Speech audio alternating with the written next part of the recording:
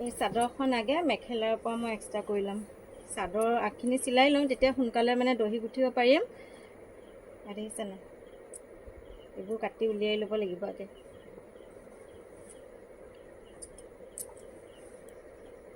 আৰু এইযোৰো আছে,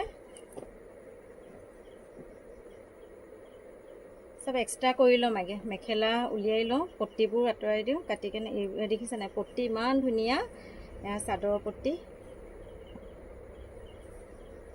ইমান ধুনীয়া দেখিছে।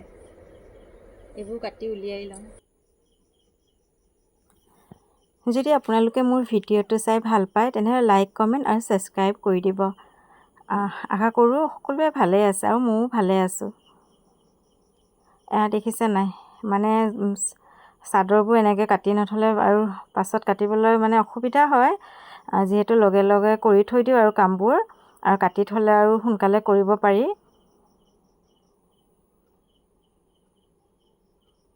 এতিয়া পাৰ্টবোৰ এক্সট্ৰা কৰি দিম মই।